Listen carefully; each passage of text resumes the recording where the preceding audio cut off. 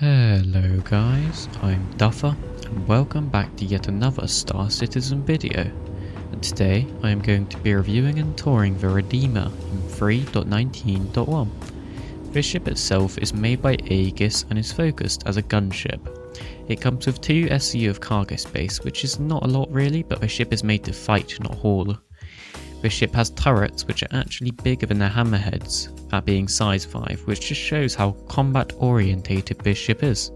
This was actually made by normal people in the Next Great Starship contest back in 2014. The team who got first place out of 270 teams, the best ship, had the Starship implemented into the game, which is pretty cool, and ended us up with this, which finally made it into the PU at November the 10th of 2021. So starting off with a ship tour, and we enter the Redeemer through the rear of the ship. Now this may look familiar to some Valkyrie owners, as it's nearly identical to the same ship. And just behind us up there we have access to one of the remote turrets, the rear one. This will be accessed from a right seat. Moving up towards the back of the Redeemer though, closing this door. See again, it closes just like the Valkyries. And into this first section. To the left side over here we have access to where 2 SCU of cargo is stored. This will be for some expensive cargo, as you won't be doing any cargo hauling in this thing because of the tiny rewards you get. To the right of it we have access to wardrobe. Currently you cannot use this, but in the future maybe storing some clothes in it. And then below this we have access to some shared storage. This would be great if you want to transfer items over to other players. To the right side though, and we have access to a shower and toilet. Going into here, as you can see down the left side we have the toilet. Up top shower, to the right also a sink. It's quite a nice little area. To the left of this we have access to another wardrobe and another storage module. Moving a little bit further ahead again, and we have access to 2 beds either side, allowing you and 3 other players to log off on the ship. Moving up again and we have access to another 2 wardrobes and 2 storage. And just below this is, it's such a good idea. I love this, when they actually add food and water into the things. I haven't actually touched this or taken anything from it. It's a bit moved around, but this is kind of food and soups and waters you get in it. Really great. It means I haven't got to stock up on water and foods. This is what I wish every single ship had at the time of recording. Hopefully in the future they do though. As you can see, it's a little bit buggy because they all do get moved around, but it's so good. I love it. Above this we have access to some coffee makers and just drinks. Not usable yet though. Now to the right side, this is where you access the top of the ship. Moving up to this ladder, you get sent to the left. Just ahead of us here, we have access to 4 weapons. As you can see, I've stored 2, but you could store another 2 in there. Just to the left of this, we have access to 4 drop pod style seats. It's quite nice for your friends to drop off maybe. Then moving towards the back of the ship. This is where we have access to all the modules in this ship. Batteries, storage, quantum drive and everything.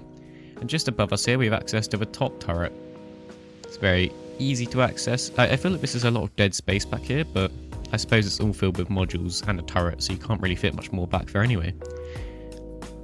Now moving towards the front of the ship, more modules to the left and to the right. And just a little bit ahead again, and here we have access to the bottom turret. Now you actually access this through the right panel over here. It takes you down to the bottom turret of the ship. I'll show you these in the weapons and selection. Moving just a bit further up again, and we have access to the right seat, which gives you access to the back remote turret, and the left seat, which gives you access to the front remote turret. Now if you do use this front remote turret, the pilot will not be able to use it, because as of now the pilot can use the front remote turret too for shooting. Access to the avionics, and a fire extinguisher. And sitting into the pilot seat is the last thing.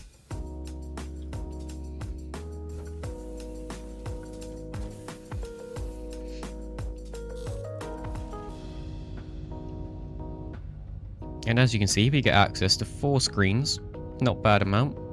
Above us some buttons which can't currently be used yet, and below us we also have some buttons. Now this, you can use a lot of the buttons on this ship, so you have loads of them you can use. The visibility of this ship, as you can see very far to the left and to the right of you. Your top view is blocked a little bit, but you have some side panels to help view. And the very nice thing is below you, you have a nice panel there. Now if you have like a head tracker, you can easily land this ship, as you can just look down and see where the floor is below you. But other than that, the visibility is not bad. It feels more like a fighter, even though this thing is definitely not a fighter. It's more of a gunship. But that concludes it for the ship tour. So moving on to the weapons and maneuverability of this ship, and starting off, the pilot gets 2 C788 ballistic cannons to control. It also can control 1 remote turret with M5A laser cannons on it. Honestly, the ballistic cannons that the pilot gets feel very underpowered for some reason, and when I was hitting shots with it, it didn't feel like it was doing as much damage as I thought it would. I went ahead and traded these out for Light Strike 4 laser cannons, and it felt a lot better. This also means that I didn't run out of ammo anytime soon. It was infinite ammo. So you could change out, but honestly it works quite well stock. The remote turret of pilot controls is pretty good. You get an M5A laser cannon and they deal quite a lot of damage. They actually deal more damage, it feels like, than the size 4 weapons the pilot gets, the ballistic one. Now, so I keep the remote turrets at the back and the front the same, as they deal quite good damage. The manned turrets, the size 5 ones, really big cannons. You do stock get ballistic Gatling guns. These are great for damage, and if you don't mind rearming, keep these as they are amazing. But you do need a friend to be able to use them, and if you try to bring at least 1 friend along, or else you're losing out on a lot of firepower, and this thing is made for 2 or 3 people really. Now you could trade these out if you don't like the idea of having ballistics and having to go back and rearm every single time. You could trade them out for Light Strike 5 laser cannons, or repeaters of your choice, but I do laser cannons as I prefer them for some reason. Now these will deal about half the damage, but you will never have to rearm, so they're better in some ways and worse in some ways. It's your choice. You do also get 16 Strike Force 2 missiles. These are cross-section missiles, so the bigger the target the better. These deal an insane amount of damage, and I would keep these stock as they're great. They're only size 2, but they deal so much damage. This ship is not really very manoeuvrable at all really, as you'd really feel it under gravity use, but you've really struggled to turn and keep up with other fighters, which is why you kind of need friends on turrets to be able to get around the back of you and do full 360 coverage. So it's not really worth manoeuvring and trying to fight fighters in this thing, just run away. So yeah, that's it for weapons and manoeuvrability. So moving on to the ship systems, and starting off with the shields, and this thing gets 2 size 3 shields. These are sure stop shields it comes stock with, and these are actually just as strong as a hammerhead, so you'll be fine in any fight. If you wanted to upgrade them and get a little bit more, 30,000 HP, you could trade them out for 7 CA Nurgan shields, or Nargan shields. But you don't have to do this, it gets great shield stock, like literally as good as a hammerhead, so it doesn't get much better than that.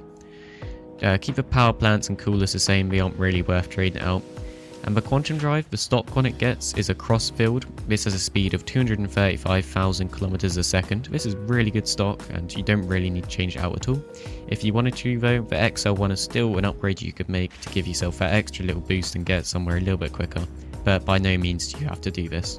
So now it's time to move on to the price and the overview of this ship. And starting off, this ship is not currently available in the starter package, but when it is, which it was recently, it'll be $325, €297.80 or £256 respectively. These prices may vary though, and it could change on the recording day.